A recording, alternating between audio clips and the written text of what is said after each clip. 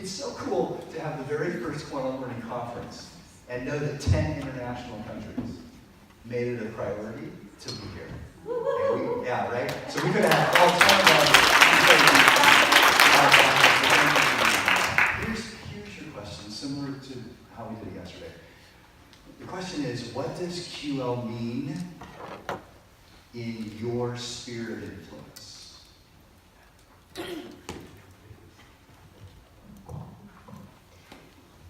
Hello everyone, I'm Valerie. So I was very lucky and I was exposed to quantum learning when I was a pre-service teacher and I was 21 years old that time. Everything presented to me, the strategies and everything to me were like, oh, wow, okay, alright, oh serious? So all those things are what? And my understanding about quantum learning evolved after 4 years.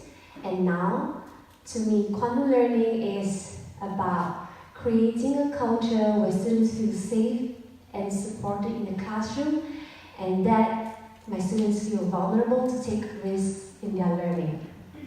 Thank you. Hi, I'm Emily from Malaysia. So quantum learning means better classroom management in the class, better concentration, and improved academic performance. Thank you.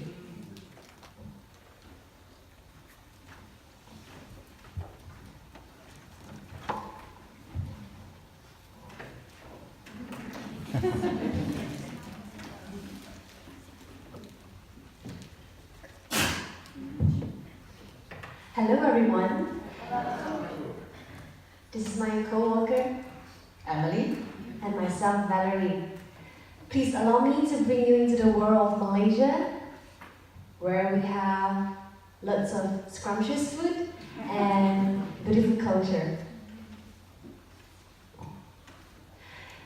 We come from Malaysia and we travel 9,000 miles and 18 hours of flight to this beautiful city, San Diego. Oh yeah, and both Emily and myself come from the same education group, Taylor's International School. But we work in 2 different campuses. Work in how many different campuses? 2. Thank you. Alright, because I'm gonna get that term across. She works in KL. Where? KL. Thank you. And I work in Puchong. Come again? Puchong. So, KL. Puchong. KL. Puchong. thank you. Right, so we are going to present to you a video about our school so that you know how it looks like, sounds like, and feels like an international school in Malaysia. Thank you, Charles. A video. I'm sorry.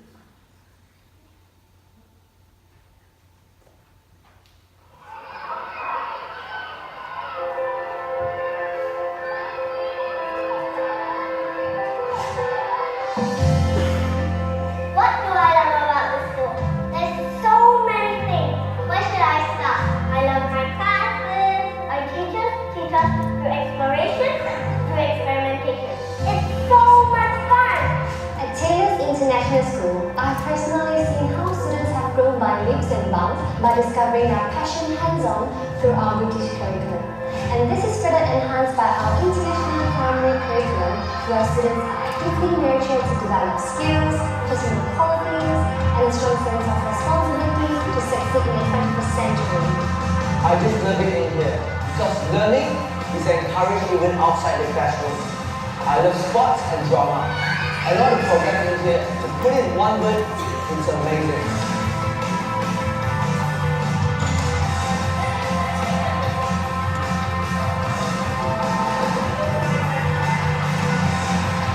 I love basketball, and in my time with Taylor's International School, my passion has been encouraged, nurtured, and cultivated. We even have opportunities to play at various competitions. That's just awesome. Multidisciplinary approaches to learning isn't just a random tagline that we use here at TS. It's actually part of our core DNA. All of our students.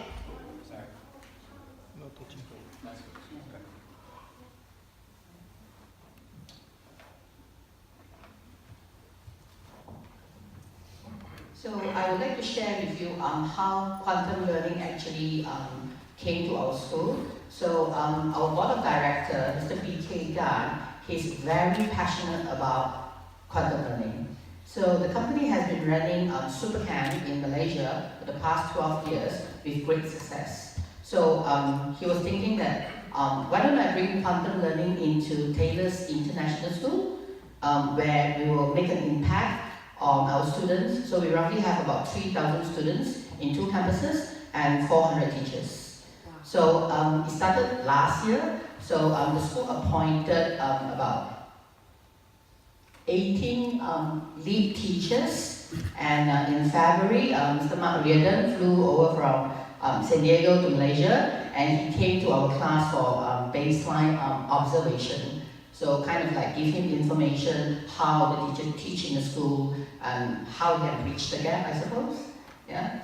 Then we follow up with 1 week training in the school. So that happened in February. Then last year in March, after he has left, and we started our implementation plan. So our implementation plan is something like a spreadsheet where each of the lead teacher will have to select a module from the quantum learning booklet and to focus on, to practice, and then kind of like record down the journal, like their journey, how do they apply what works and what didn't work, and we will actually follow up with Mr. Mark, and then he will give advice and guidance how to fix certain things. Then also we will have like drip feeding. Turn to your partner and say, what is drip feeding? I don't know what it is. Is it a hospital that we do drip feeding? Not really. I'm going to share with you in a short while in following slides. So yeah, I just continue first. We also do our monthly support session via Zoom with Mr. Mark. So as you can see here, yeah, with his smiley face, very happy to support us. And the amazing part is that because of the time difference, all right, of 15 hours, so meaning that whenever he do the support session with us, it is daytime in Malaysia, but it will be nighttime, and sometime past midnight, he will be still there supporting us. There were a few occasions that we were on Zoom, and I said, hey, Mr. Mark, where are you? I can't see your face, where are you? Oh yeah, it's okay, we just carry on talking. I'm driving. Yeah, it's like late at night, you know. So for us, it's a vow. It's very dedicated. So can all of us turn to Mr. Mark? I said, wow. We appreciate it. Yeah. So he basically have roughly about 10 Zoom sessions per month with all the lead teachers in small groups, like 2 to 2, yeah. And we will also have like SLT, senior leadership meeting, through Zoom. Then in July, he makes a return. So we were like 8 site facilitators were selected, and he came for classroom observations in the classes, in all 18 classes, yeah. So you will see how much progress we have made since February, and then give us advice. And then he followed up with 2 weeks training with us. Then the last part in November, our school actually submitted portfolio, so it contained data of how we actually implemented QL in our school, and it contained data like how the impact on the student achievement, and the head of school as well. They also include the data, how it improved teaching performance in school. Yeah, so at the end of it, we have got our stage 1 certification. So this is how it looks like. It is a bit too small in the slide, so I'm going to show it. Because we are very proud of it, yeah. Yeah, so this is stage 1, so we are working on stage 2 and 3. So, can we?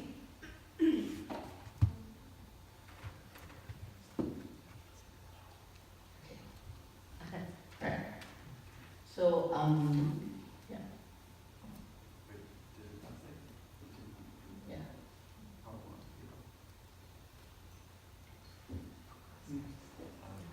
So maybe you, Describe- yeah. describe what it- So this video is about how we actually run the QL, we call it PLC, Professional Learning Community, because we have gone through a series of workshops with Mr. Ma, and then our job is to return to the school and share the knowledge of QL with the rest of the teachers. So this particular video, we have roughly, in my group, we have 120 teachers, primary teachers itself. So yeah. If there's a chance, I might show the video, but maybe we'll skip it now. So yeah, drip feeding. What is drip feeding? Sorry? A little bit at a time. A little bit of time? Yeah, excellent. Yeah, so yes, thank you. So because quantum will be like something like it's a system that we first introduced to like so many teachers, 400 of them. So we wouldn't want to create fear among the teachers, so we did drip feeding. So in this slide, the liquid in the little pipette that you see contains the 4 components of QL, quantum learning system. So we kind of like drip feed it through our daily lesson plan and then feed it to the teacher. So unconsciously, they have been exposed to the 4 components, and yeah, it has been very successful. So drip feeding actually worked very well. Yeah. So how I do it in Kuala Lumpur is that we incorporate QL teaching cycle into our daily learning plan, and at the back of the instruction, there will be a small little note to explain what are those things mean. So if you can see here an example, so this is one of the learning activities that we have. So it says, ask the class, does anybody know what they have heard? So they're supposed to listen to an audio. So I put a little bracket at the back. I'm activating their prior knowledge, right? And when I ask certain things, okay, I compliment the students. Okay, when they tell, oh, what is a biopoem, right? So when I'm complimenting them, I'm speaking with good purpose, right? So we have the QL teaching cycle. How do we prepare them? If I do something, okay, I put a bracket. This is pique curiosity. Okay, this is site facilitation. So we actually pick the curiosity among the teachers, because when I write the lesson plan, we have like 6 classes in a year group. So about 150 students in year 6, this is for year 6. So the teachers started asking 6 different English teachers. Emily, I saw in your lesson plan, what is state facilitation? What is opening tradition? Why do you have to do that? So we actually open doors for us to share quantum learning with them. And I actually get very excited. So when I visit them in their classes, and then I saw them doing the same thing. They are doing site facilitation, they are moving about, they have their music. So it kind of like drip feeding is really effective for us. Yeah. So these are some of the pictures. This is the very first PLC that we have, where we introduce the 4 components to the teachers. So we cut it out like a puzzle. They're supposed to fit it into different places, and then we have a review of it. Then these are the feedback that we get from the teachers. So normally, to get teachers to come for after-school training, it's difficult. 200 people, they have to stay there after school for 1.5 hours, and they only get home, after 5. So the talk itself is quite intimidating. So when they come and then they go through the whole process, we did the carousel station. I think I'm not going to go into detail because of the time. These are the feedbacks that I got. They've actually found it exciting, and in their feedback exit slips, they actually ask for more. They ask for more. Can you do more QL training? Yeah. So we got it like quite a lot of them. So it's really exciting for us. Right. So I'm going to pass the mic to Valerie. Thank you. So in Puchong, we also did something like drip feeding in a different way, and we call it the peer observation thoughts.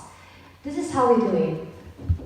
Because stage 1 is all about commitment. So lead teachers commit to quantum learning and keep practicing the strategies that we learn and we apply in our classroom. And when we are confident, we invite our teaching colleagues to our classroom and look at our lesson. And then there will be a follow-up. So we have a follow-up conversation with the teachers, and they pick the strategies that they saw, and we talk about it. We talk about how the strategy looks like, and we talk about the rationale behind those strategies. So it also, like what Emily said, open doors to people to initiate those kind of learning conversations. We also have PLC in our school, and one beautiful thing that I want to share is, because we work in the private sector, so there is a set of teaching standards that we need to comply with, and then teachers might see it as different things. You want me to follow the teaching standards, and we have quantum learning. How does that connect? So we, as a whole, with all the staff members in elementary school, we get together and we come up with the success criteria on how certain teaching standard looks like, and those teaching standards match to the components in quantum learning. So you can see this is about design and delivery. And then we have something about foundation, atmosphere. So teachers can see the link and they see a complete jigsaw puzzle from the teaching standards and quantum learning. That is a very beautiful thing that we did in our school. And then some PLC pictures. Logistically, it was very difficult for both schools to meet to talk about the challenges we face. So we do Zoom sessions as well. Talking about challenges, one main challenge that we are facing in our school is the perception. People come to our classroom and they will say, how can I be like you? I'm not just so bubbly like you. I can't do quantum learning, because the impression that we gave them, it's about being lively and being bubbly and all. And they will say, I can't be like you. We talk about this challenge with Mr. Mark, and he gave us 2 words. Tell them, you be you. You don't try to be me. And we encourage them to adopt the strategies, adapt, or even replace the strategies. So yes, this is the challenge that we face, and we want to get that message across. Be you. Everyone turn to the person next to you and say, you be you.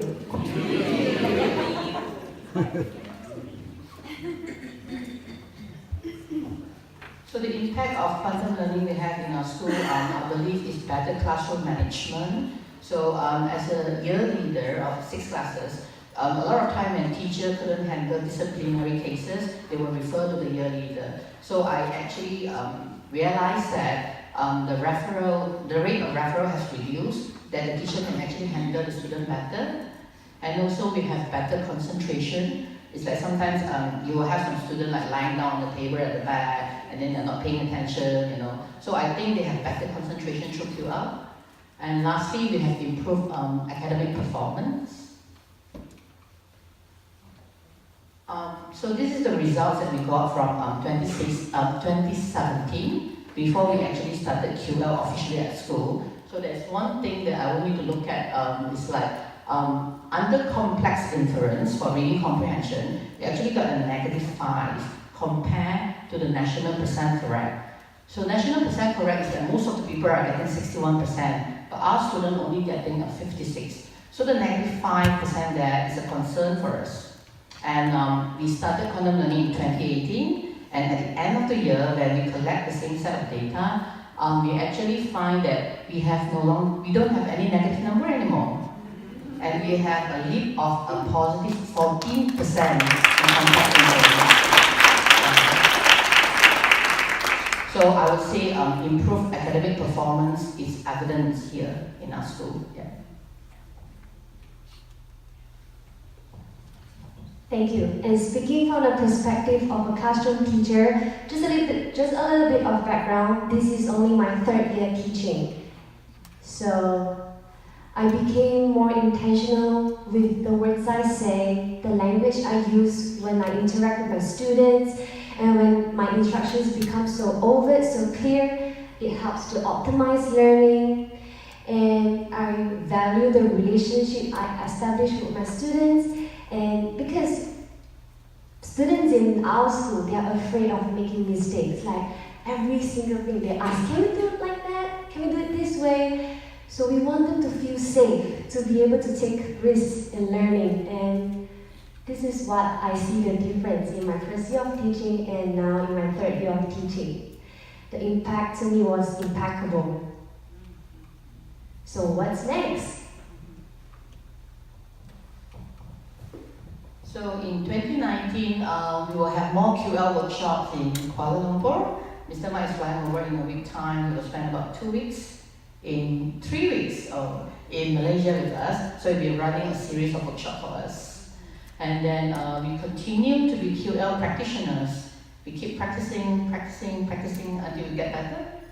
And we aim to achieve stage 2 and 3 accreditation from QL in 2019. Yeah.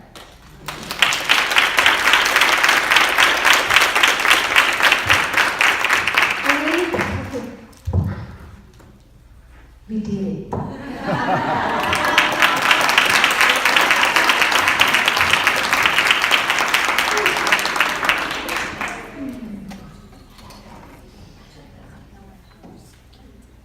You've already been trying to figure out, if they can make that happen, how can we make that happen?